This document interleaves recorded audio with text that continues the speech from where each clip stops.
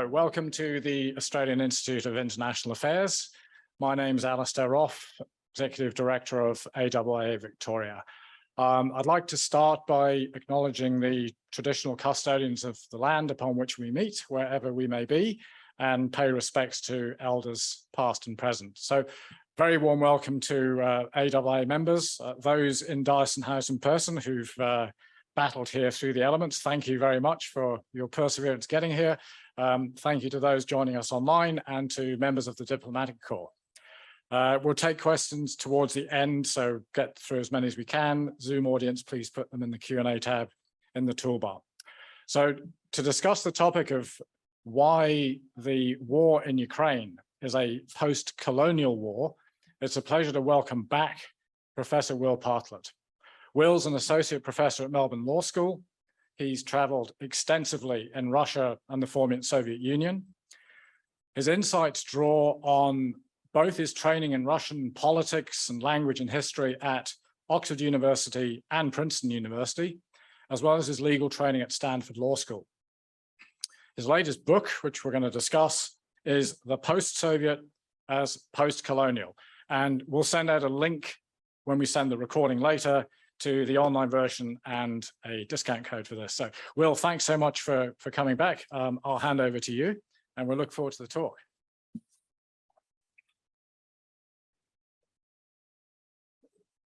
Well, thanks, Alistair, and it's great to be back. It's today what I want to do is talk about my book. This is one of those books that it's co-authored book. We wrote it before the war started.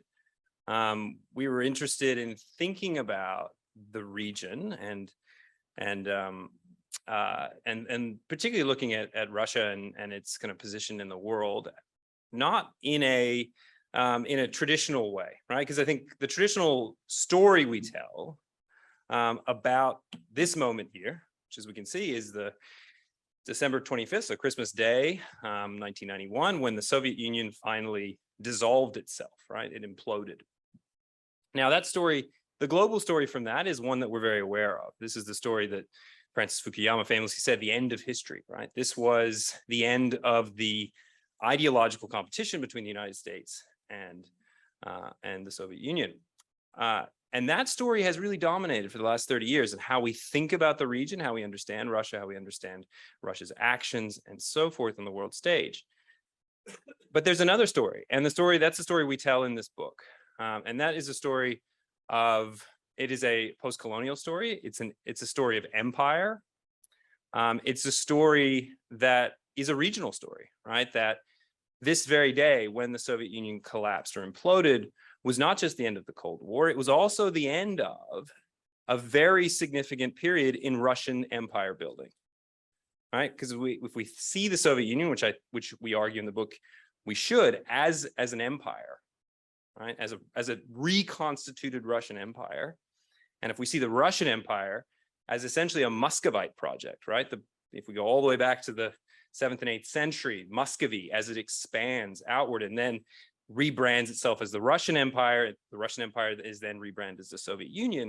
1991 is really significant for that project because it is a significant humiliation for this Russian imperial project, right? It is Russia losing control over vast swaths of its land, or as we're going to see, someone like Putin thinks are actually naturally part of Russia. Before I start, I want to talk a little bit about how this applies to the war. So if we look at the way the war is talked about, and hopefully you can read this, a lot of the way that the war has been talked about in Ukraine is through this Cold War lens, right? This is a global story.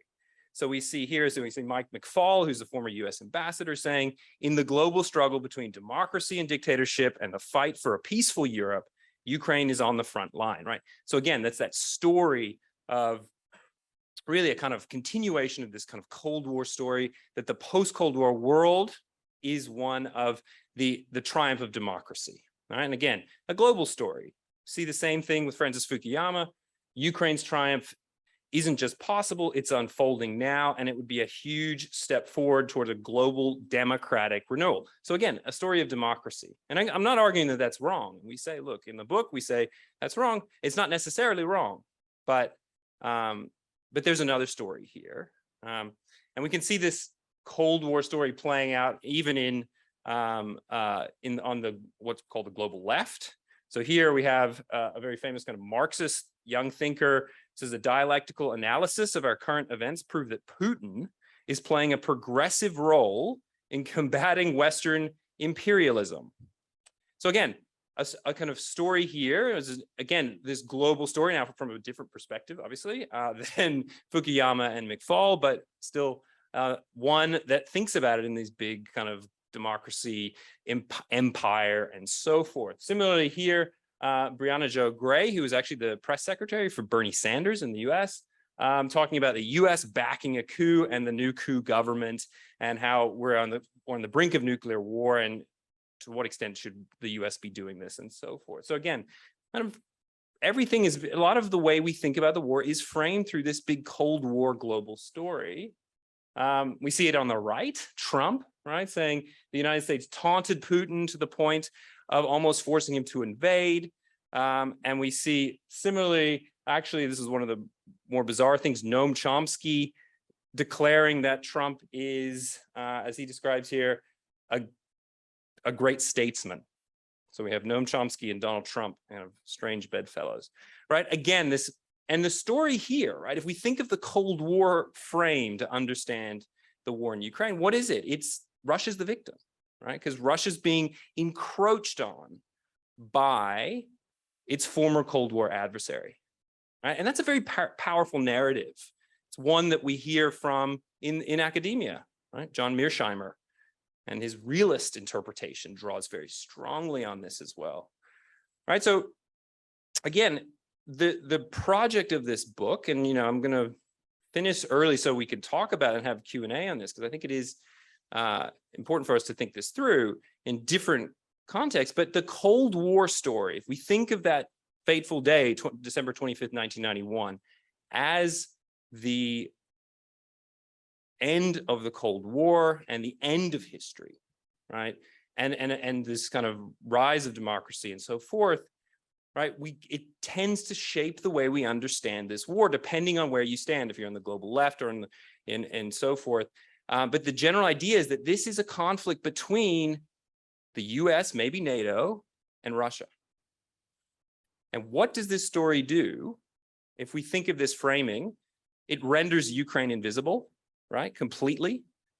It renders actually most of the post-Soviet space invisible, right?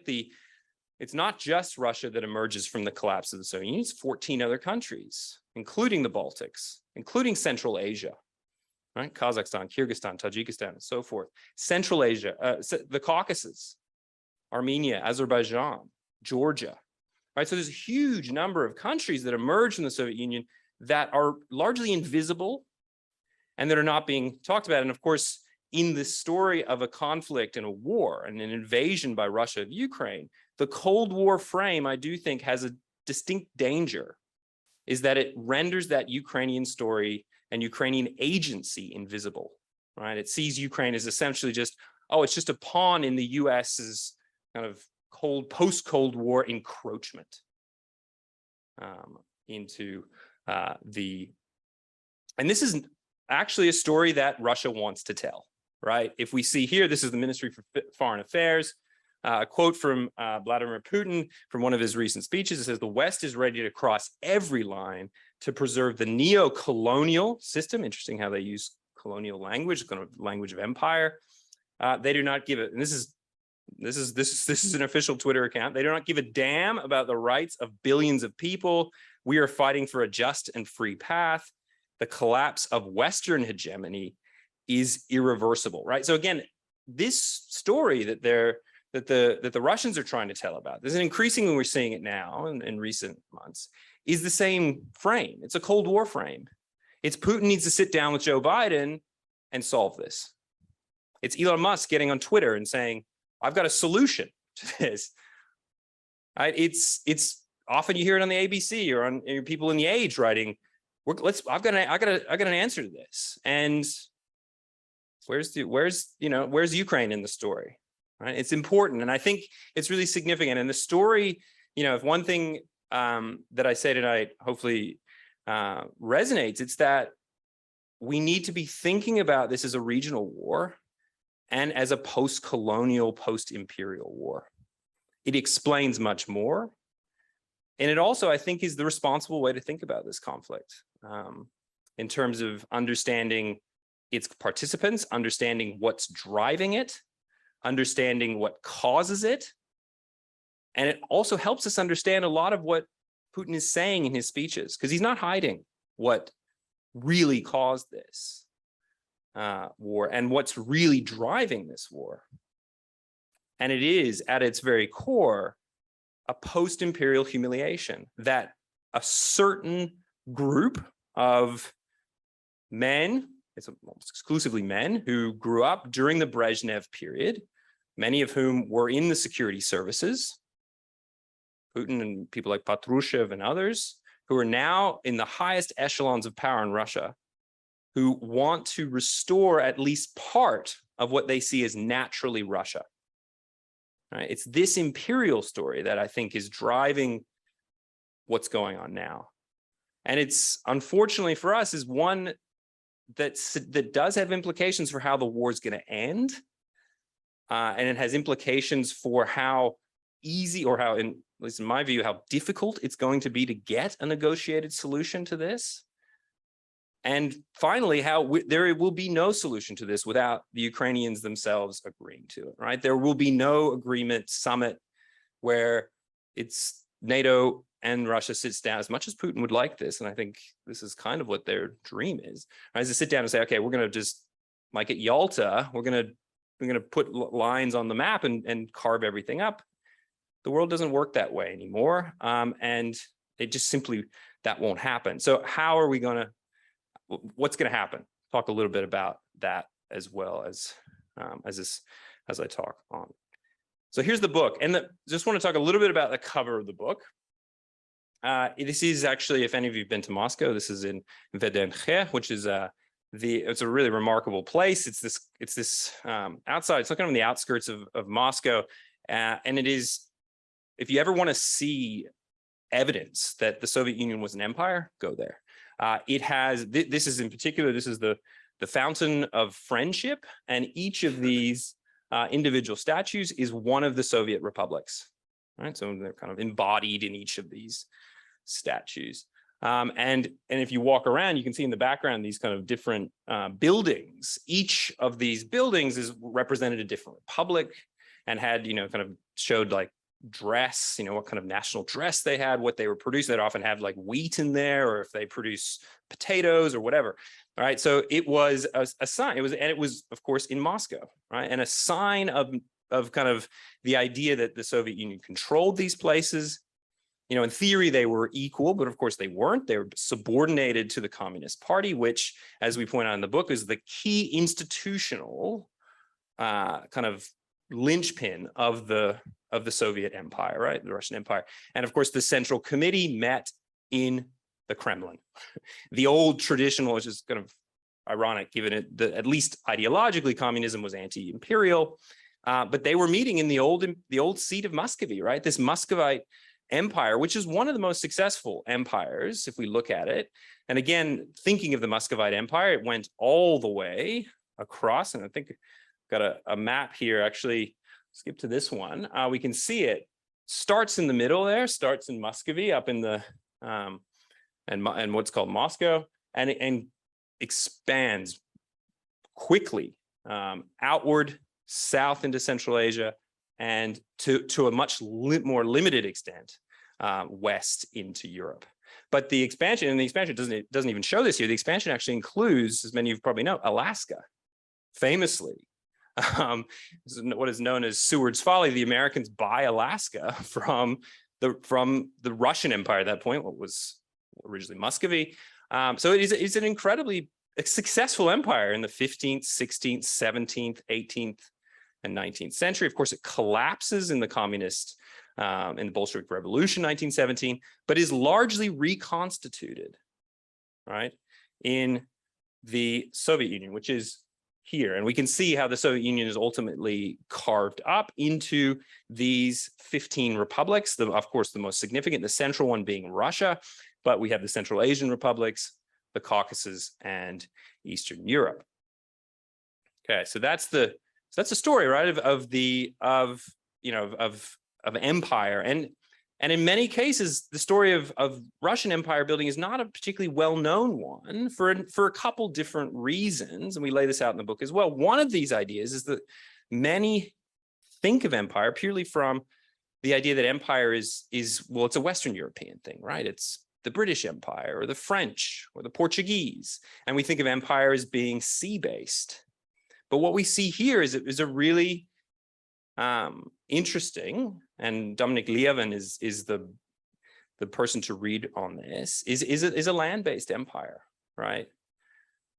Interestingly, the other significant land-based empire operating in the 19th, 20th century, or particularly the 19th century, is the United States, right? Is it's expanding as well. But we have here a very clear empire. Now, how do we understand this post-World War II world, right? Well, we see it through the language of ideology and binaries, right? Cold War binaries, which to some extent did, again, it means we don't see empire here. We don't see what what 1991, December 25th, 1991, why it was so significant to those living and those who were living in the region, because we think of the Cold War as this ideological struggle between the Soviet Union, communism, and the Americans, supposedly democracy and so forth.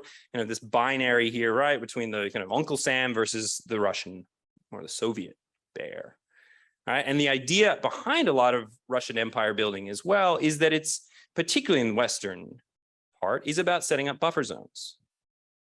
Right, and this is because for many years, I mean, Russia, of course, has been invaded numerous times. It's a very flat Eurasian landmass, and the idea was it was a security-based empire as much as it was an economic one, right? And this is again an important way of kind of understanding this kind of imperial frame for thinking about this as an imperial space, right? If we think of this land, whether it's Russia and all the countries around it.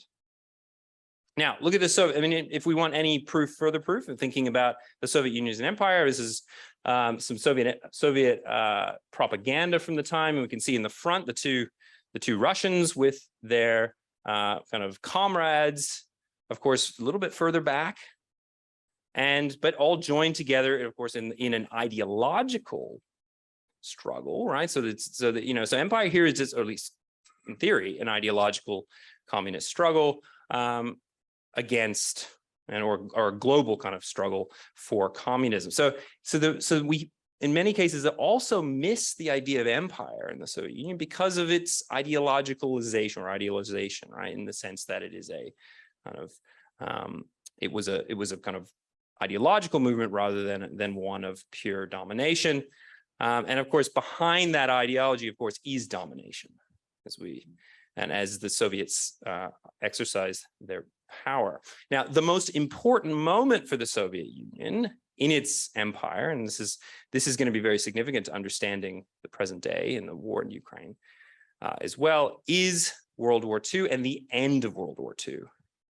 Because arguably, maybe not even arguably, the most significant moment in Russian, or if we think of it in the long sweep of history, Muscovy, right? Muscovite state building, Russian empire building, and so forth, is World War II. Russia gets all the way to Berlin, right? An extremely significant moment, and at huge cost, right? 40 million dead. We see here the kind of famous photo with the hammer and sickle and the Brandenburg Gate in Berlin. And we have Stalin sitting down with the big three, and they're carving up pretty much the world. Now, this is World War II becomes And interestingly, for Stalin, who is not actually ethnically Russian, he's Georgian, as many of you probably know, he appeals to the Russian people in World War II, and World War II becomes one of the key stories of the Soviet Union. And a lot of people, particularly once we get into the Brezhnev period, a time when someone like Vladimir Putin was growing up and becoming, starting his career, it was very much thought of as World War II was this important imperial moment for Russia.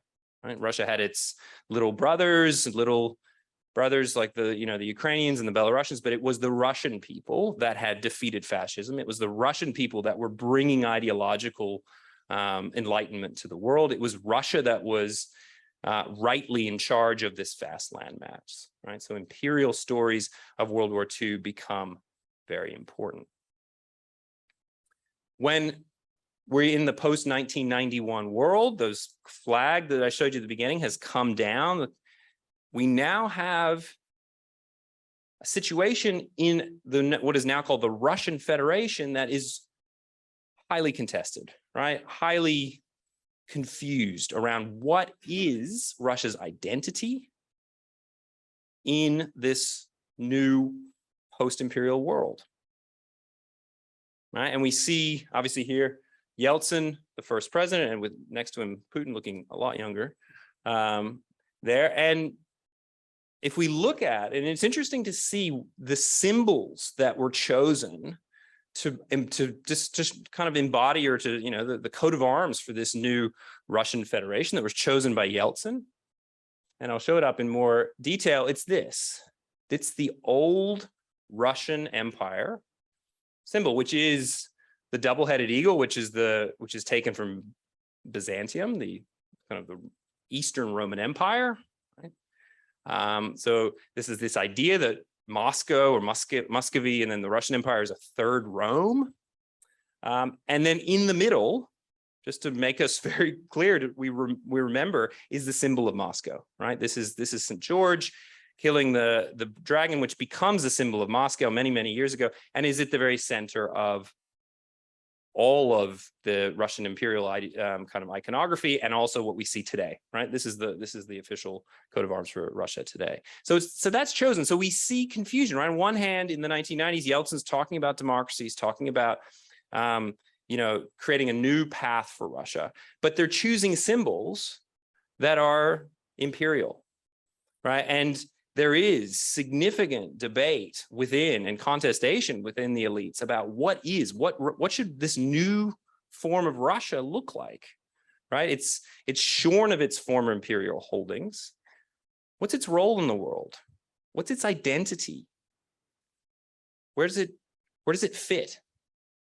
And this is something that obviously Yeltsin and Putin have a very different view on.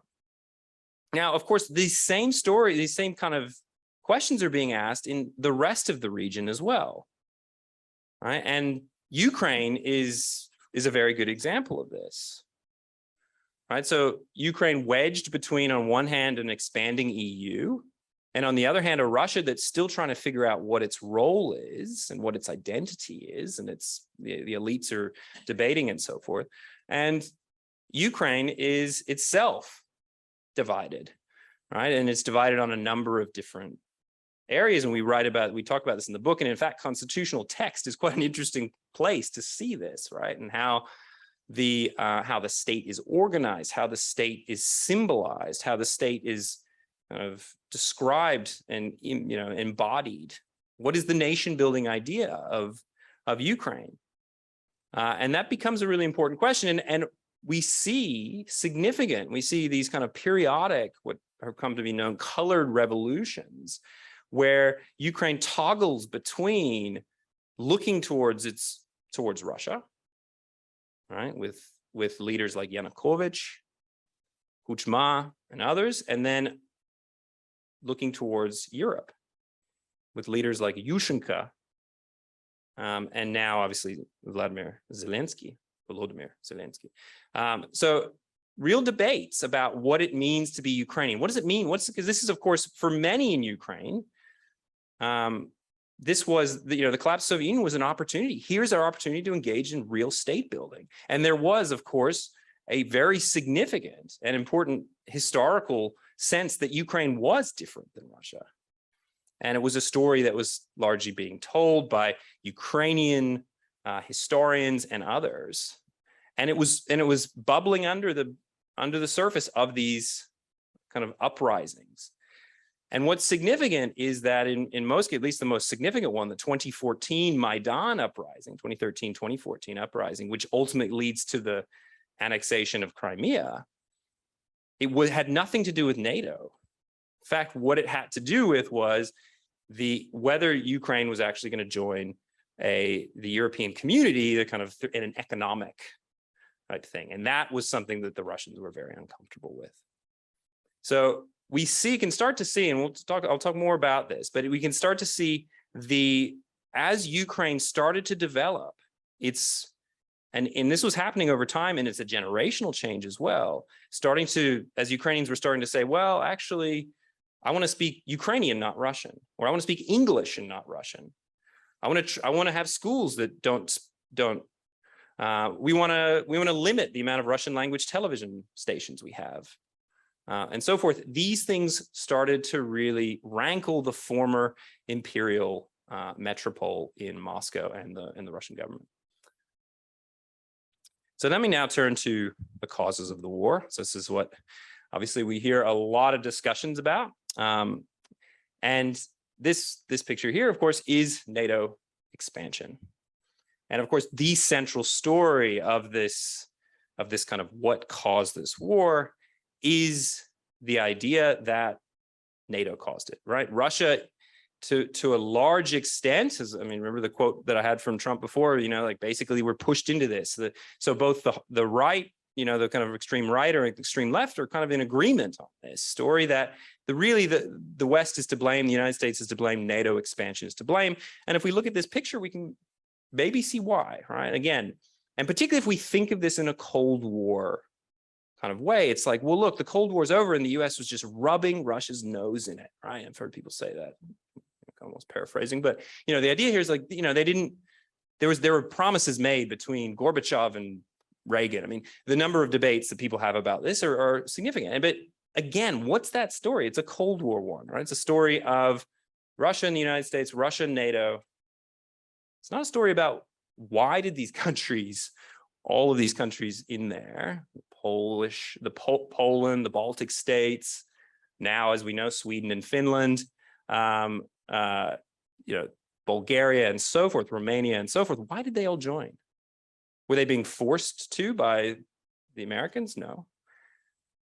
They were trying to figure out their own position in the world, right? And if we think of this as an empire building and we think of 1991 as the collapse of an empire, we've got to think about what these countries in the middle were doing and thinking about and trying to say, well, look, this is an opportunity to move out from they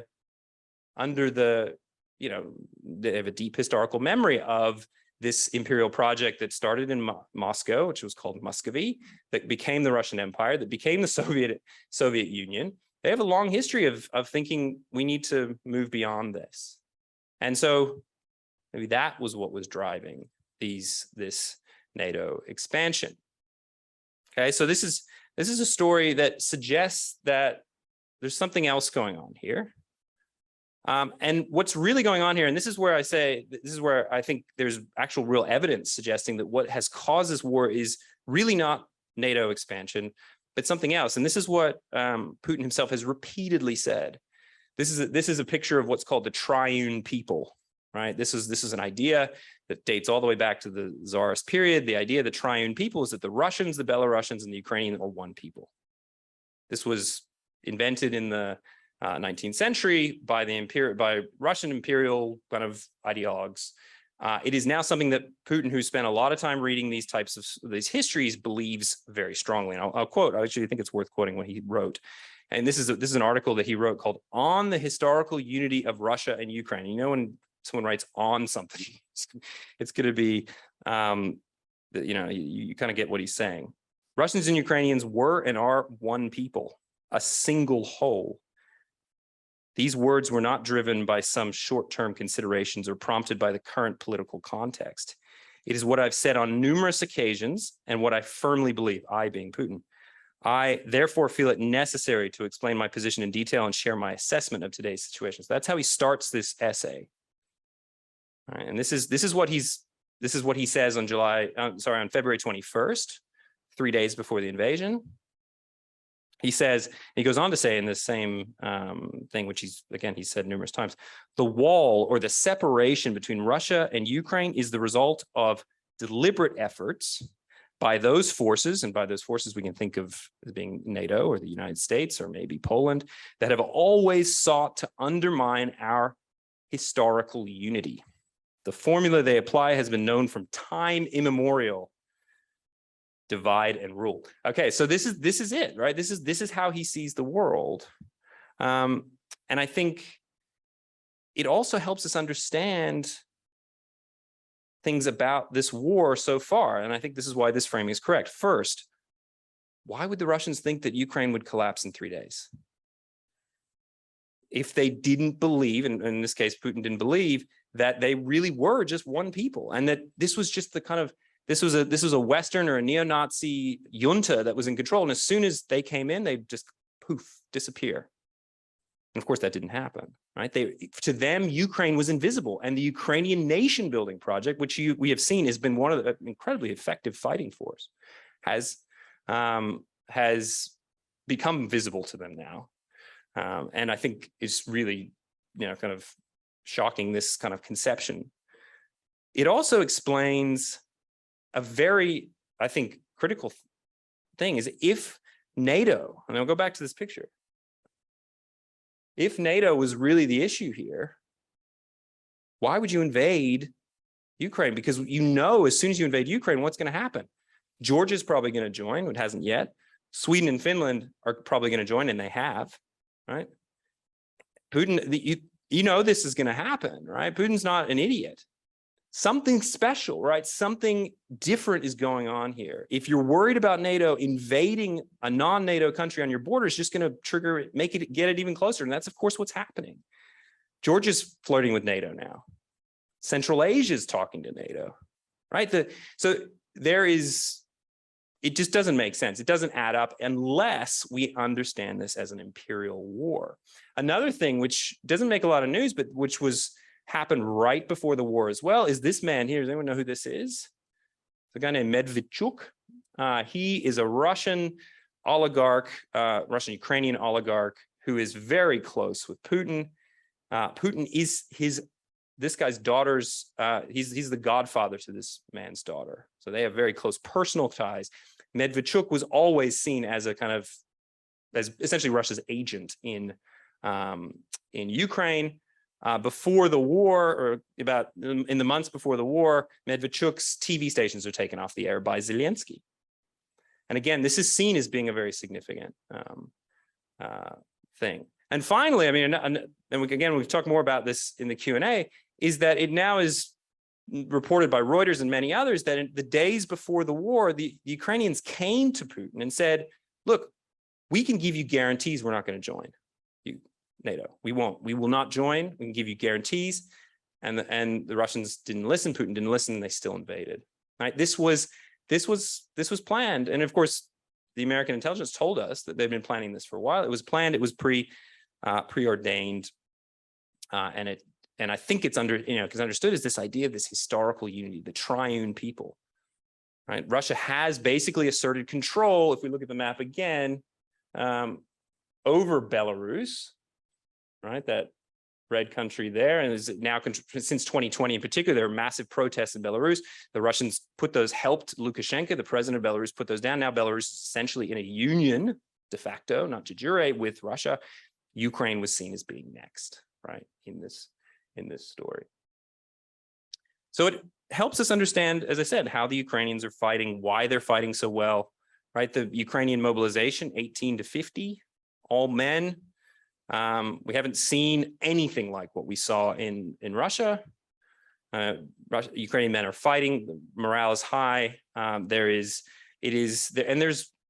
very clear that the Ukrainian nation building project in many ways, in an ironic way, Putin with this invasion has done more to boost the Ukrainian nation building project than anything else. Right? We see stories now of people saying, look, I don't want my children to learn Russian. I want them to learn Ukrainian. And this is coming from, a leadership. Zelensky is himself a native Russian speaker. Right? So a miscalculation that is still reverberate and will reverberate around the region for many years to come, I think. Now, what does this then suggest about Russia's war aims? Well, again, we don't need to guess. We can hear what people like Dmitry Medvedev, the former president, is saying. The plan, which doesn't look like it's going very well, in fact, looks, I think, very unlikely, was to essentially take over Ukraine, right? To get rid of Zelensky. It's unclear whether they wanted to annex land in the beginning. Most likely they did. But we now know that they've, within the last couple of weeks, they've annexed four regions in the east and in the south. And that, the plan at least was to go all the way through Odessa, through the south, cut Ukraine off from the Black Sea, and really control and limit, and control this, and part of this, of course, as well, is controlling this is the breadbasket of Europe, right? Ukraine is huge wheat producing. So there's an imperial kind of project here that was at least planned, but as we can see, is not really succeeded. Turns us to John Mearsheimer. I was going to say a few things about him before I stop and open up for Q&A. Now, Mearsheimer, again, I talked about him before. I mean, he's been talking about this war as a, as this is in this kind of Cold War frame for a while. This as a and he talks about this, and he says, and I'll quote from him. He says, "U.S. and NATO expansion bear most of the responsibility for the conflict in Ukraine." All right, and he then goes on to say, and I think something he regrets, that Russia would wreck Ukraine as a result of the expansion of NATO. But again, I just don't think, from a perspective of, from the United States or from perspective of the West, it might seem that this is a persuasive argument. But if you think about it in a regional imperial kind of context, it just doesn't add up, right? NATO expansion was never the problem. What was the problem was the idea that Ukraine was getting its own independent identity, one that in some cases was starting to turn away from Russia, one that saw Russia's, kind of example as one that was not particularly attractive, and that is what really triggered this invasion. That this was, and it was and that the idea that it cannot be, right, that the Ukrainians would turn away, right? They're the same. They're us. If they're turning away from it, it must mean that they are under the influence. And we see this on Russian TV. They talk about Ukrainian. They talk about Zelensky being under the influence of drugs, right? They talk about the idea that we need to, if we can't persuade them, we just need to kill them, right? I mean, this is nasty stuff, and this is the type of language we hear. So, with all due respect to John Mearsheimer and to some of these discussions, it just does not simply describe what's happening in the region. And we need to be thinking of this as a regional war, a post-imperial war. And that, I think, does provide some understanding of where we're going to go forward. Now, in the early days, we had some negotiations between the two sides. As this war continues to go on, I think it's looking less and less likely that, because how can you negotiate identity, right? If it's the case that Putin and the people around him see this as fundamentally Russia and that they're not going to compromise on that. And of course, the Ukrainians are not going to compromise and say, oh, you can just take those parts of our land. That's okay, right? So this idea that there can be some sort of grand bargain, I think, is very unlikely. In this, what's going to happen? I think maybe the best outcome is, and of course, predicting what happens in these things is always dangerous, but is potentially some sort of slow realization in the Kremlin that this war is lost, and that there's some sort of palace coup or some sort of elite change is made. I do not see a popular uprising having any difference at this point. As we saw, I'll skip ahead to this, when mobilization was called about a month ago now, 300,000 Russian men left, right? And they're voting with their feet, they're leaving, and that's on top of the tens of thousands, we don't know how many exactly, 100,000 who left when the war started. So it is a, a significant, kind of thing here that this is, I think the Russian elites are watching this and they're trying to see what's going to happen. And I think the best scenario for the world is to think of some sort of elite change that would take place. But I don't see an uprising. I mean, the people who oppose the regime are leaving. That's what's happening in Russia. And so it's actually making things go harder line in Russia. And as we've seen the escalation, we can talk about nuclear weapon threats and so forth if we want to in the Q&A. So I don't see any grand bargain. Maybe some sort of partial ceasefire might come along at some point in the future, but it does seem like that the only way forward here is is actually a post-Putin Russia. And people are talking about that now, how that's going to happen and so forth, but that's largely going to have to happen internally. And the final thing to point out is that, this is, of course, having impacts in the region. This is just recently in Samarkand in Uzbekistan. The Chinese are moving into Central Asia and getting more influence because of this, as Russia's weakening itself in this war. So Russia's kind of grand gambit to take Ukraine is further weakening its imperial position. And the final thing to say is, because this is all very dark and all very depressing, is to say that there is potentially, I think, a future here, and this is for Russia and for Russian elites and for the younger generation of Russians who are already kind of thinking about what Russia is going to look like, is to fundamentally reinterpret its history, to think about its history in a different way. What's interesting, and this will be the final thing I'll say, is the way in which we see the emergence of this flag here, this white, blue, white flag, which is actually the flag not of Muscovy, but the flag of Novgorod. And Novgorod was a city to the north of Moscow. It was conquered by Muscovy, but it was actually a republic, right? It had elected officials and so forth. So there is actually people talk about Russian history as being all about authoritarianism and centralism. That's not the case. And this flag here, I think, is increasingly getting traction amongst a younger generation who are thinking about this as this is a potential post-imperial identity for Russia that does not involve violence, does not involve kind of denying self-determination of neighbors and so forth. So I'll stop there and open for Q&A. Wow, well, thank you very much for a really excellent, detailed coverage there, but very, very complex issue. We've got some questions. We've got a roving mic to come through the room, so just please stick your hand up and I'll pass it over. But just jumping in first from Zoom in a couple of, just the picture you showed of the Shanghai Cooperation Organization there. I mean, going back to China's role and the Forever Friendship Pact signed a few days before the invasion. What's your take on that from China's perspective?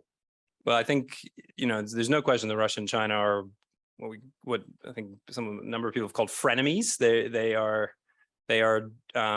together, and share some strategic interests that align. And of course, mainly that is this kind of balancing against the United States. But it's clear the Chinese, particularly at that Shanghai Cooperation Organization meeting, which was about a month and a half ago, it's clear, that as Putin admitted, the Chinese had concerns, right? The Chinese want this war over. This is interfering with, China has a lot of interest in Eastern Europe. In fact, in Ukraine, the Chinese had a significantly growing interest in the wheat and so forth. So that, there is a lot of Chinese economic interests in Europe that they want this war to be over. I think they've told Putin that. I hope they're telling Putin, don't use tactical nuclear weapons, or we will, take away our support. China does not want Russia to collapse, because of course that would be a problem for them in many different ways, problem for the world, to be honest. But at the same time, this is not a close relationship, and this kind of friendship beyond limits. I think they both probably, certainly, I think Xi Jinping regrets that statement. I'm just going to take a couple of Zoom ones, and we'll keep going.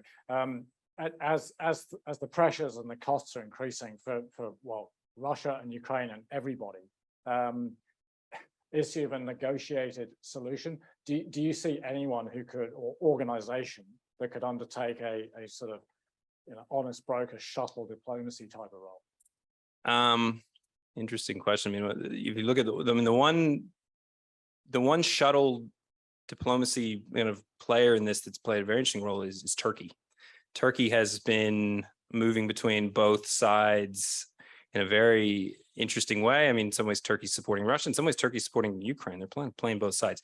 Turkey could play a role here because, of course, the Americans are known in Western Europe are going to be seen as a kind of honest broker here. Maybe Turkey could do this, and again, maybe the Ukrainians would trust them to help with some shuttle diplomacy. But again, the story is, as we see this as a regional imperial war, Ukraine's going to have to be the ones making the decisions, right? And Ukrainian people are going to have to ratify any peace deal in a referendum. Zelensky said that, and I presume any future president would say that as well. So it's going to require, obviously, buy-in from the Ukrainians. Yep.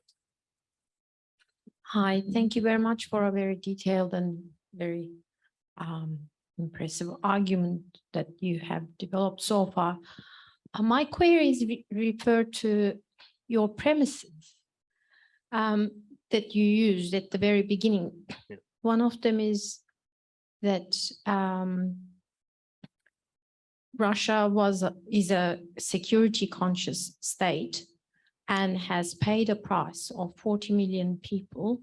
And that was one of the reasons why it became a security conscious state during Second World War.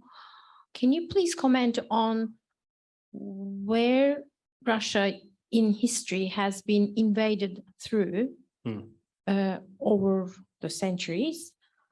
The other question is that you have referred to Russia as a land-based empire, but when I look at that map, I see a lot of coastline, particularly in the north of Russia, where Russia had actually had succeeded in using ships to carry cargo during winter months, which used to be almost impossible. That, I think, happened in February 2021. The other one is that you compared the empire, the empire, and as Queen Elizabeth deserved an amazing funeral because of her incredible role. But can you comment on the parallel? Should we take a couple, Alistair? Let's take a couple questions. Yeah, let's group them if we've got a lot, because that's, get through them. I can go in this, yeah. So so who else has invaded Russia? I mean, Napoleon, obviously a classic example. Well, like going through the kind of through Ukraine and Belarus. Ukraine and Belarus have been the two.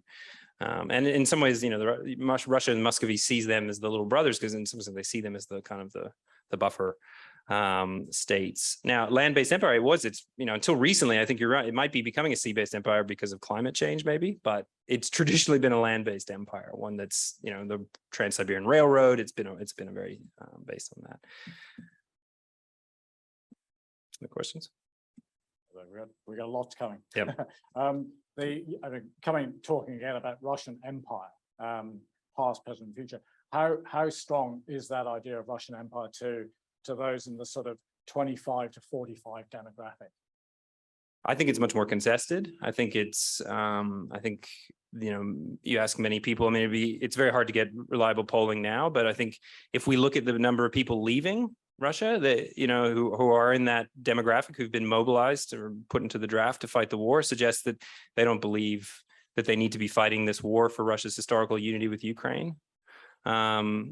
I think that, this is something that is amongst a certain generation of and a certain class of Soviet, former Soviet kind of security service individuals. But it is one that is obviously, if you watch Putin's speeches, he clearly holds these views very strongly. And this is what I think concerns people, right? Is they think, he really believes this. He doesn't get on the internet. He doesn't, he's been reading a lot of, people talk about during COVID, he spent a lot of time in isolation in the bunker. And he was reading a lot of history books, spending time with individuals who were talking to him about this history. And of course, what type of history books was he reading as well? Ones that told him the story about this unity.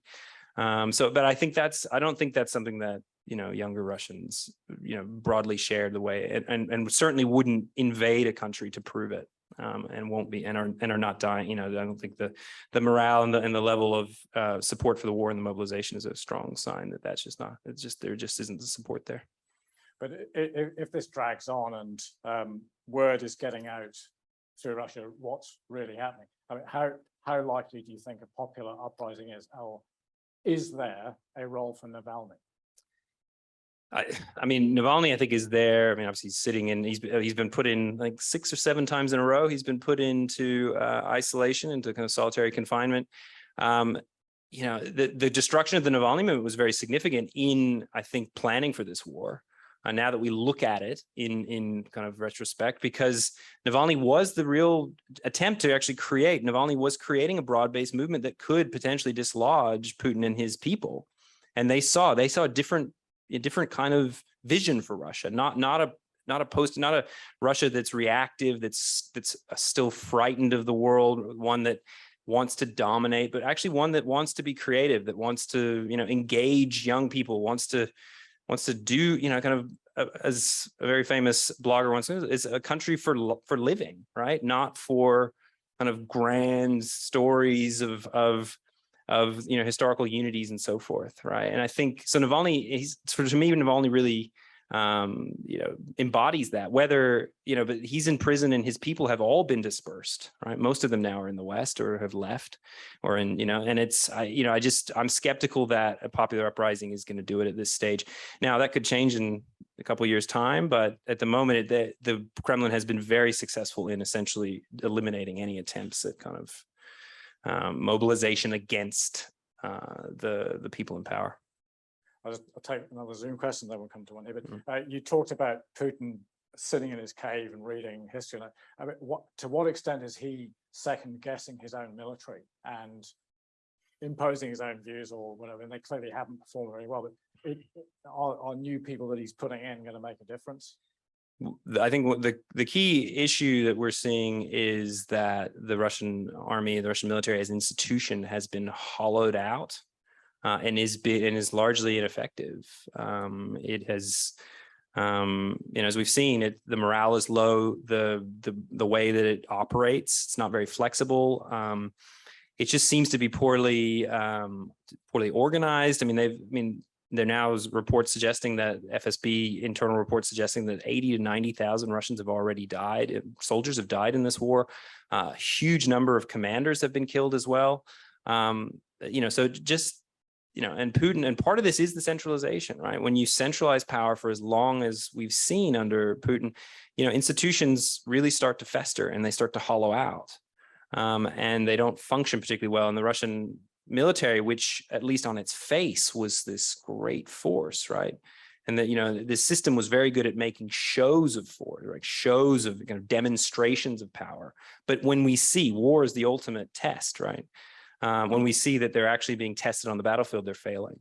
And that's a story that goes to Shoigu, who's the defense minister, who likes to wear the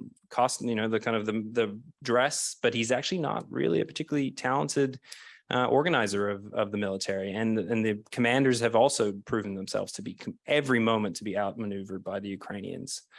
So I think it's a story of institutional weakness, and Putin can't do much about that. Thank you for your insightful commentary. My question towards you is focused on the idea of the post-colonial nature of this conflict. If I remember correctly, Timothy Snyder labeled it as a colonial war. Yeah. And you've, of course, got the elements of passport control, the destruction of the Ukrainian nation and the national spirit is a prominent feature of that essay, as you mentioned. So I'd like to get you to comment a little bit more on the distinction between whether you think this is a post-colonial war or necessarily a colonial war in itself. What are the differences between being a post-colonial and colonial conflict? Well, I think it's a good question. I think, you know, Tim's saying there is, I mean, for Russia, it is a colonial war, right? From the Russian perspective, because they want to recolonize. For the Ukrainians, it is a post-colonial war. This is their attempt to assert their post-colonial status, right? They want to ultimately say, look, we have the right to self-determination. We are a sovereign country. We're no longer part of the Russian Empire. And, you know, for many, many years, I mean, hundreds of years, Ukrainian intellectuals, Ukrainian politicians have been fighting for the right for self-determination for the Ukrainian people. And this is their opportunity. And it has now obviously been, as we've seen in the war, it actually has been far more effective than anyone's given it credit for, this post-colonial project. So really, the answer to your question is this is a post-colonial project going up against a colonial project.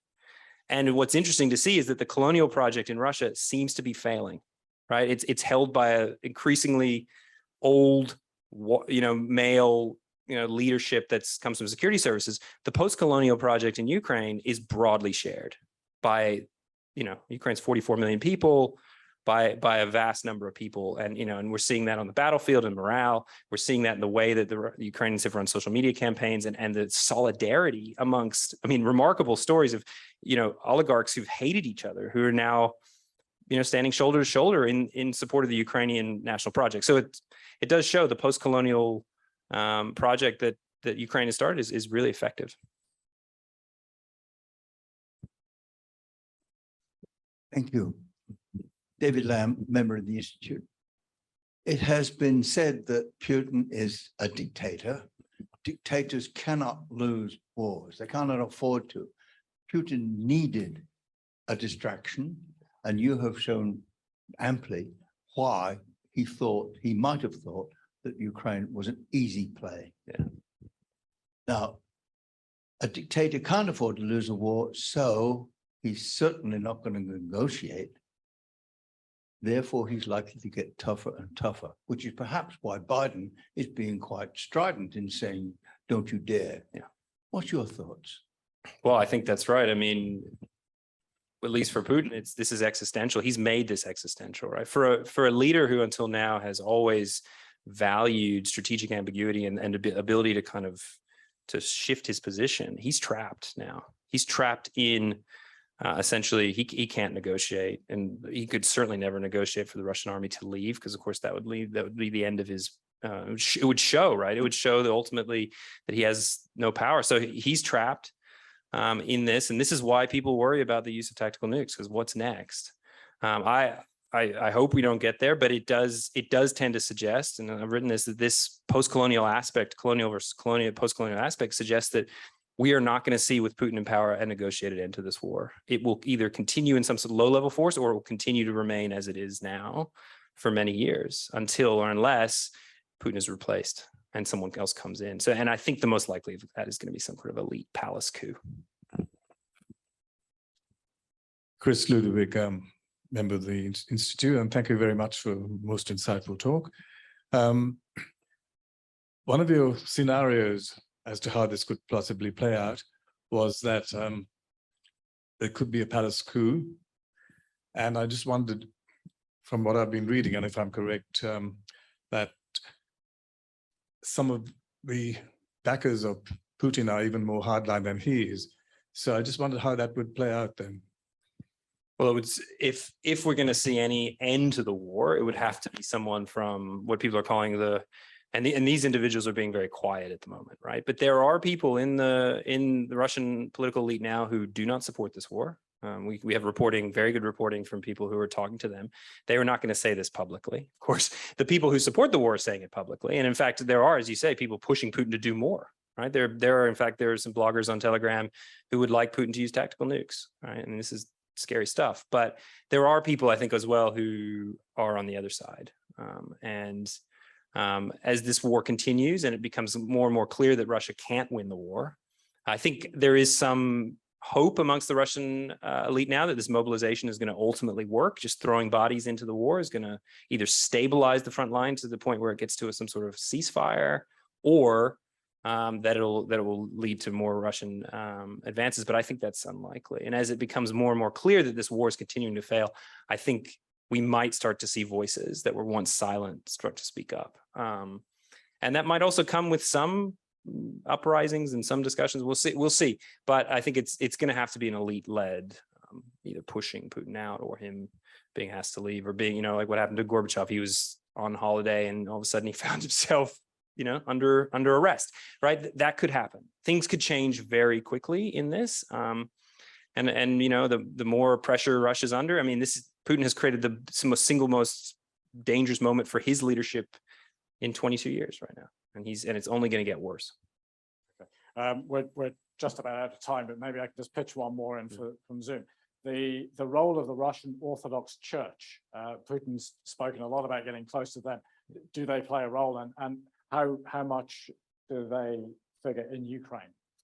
Well, interestingly, there's been a split.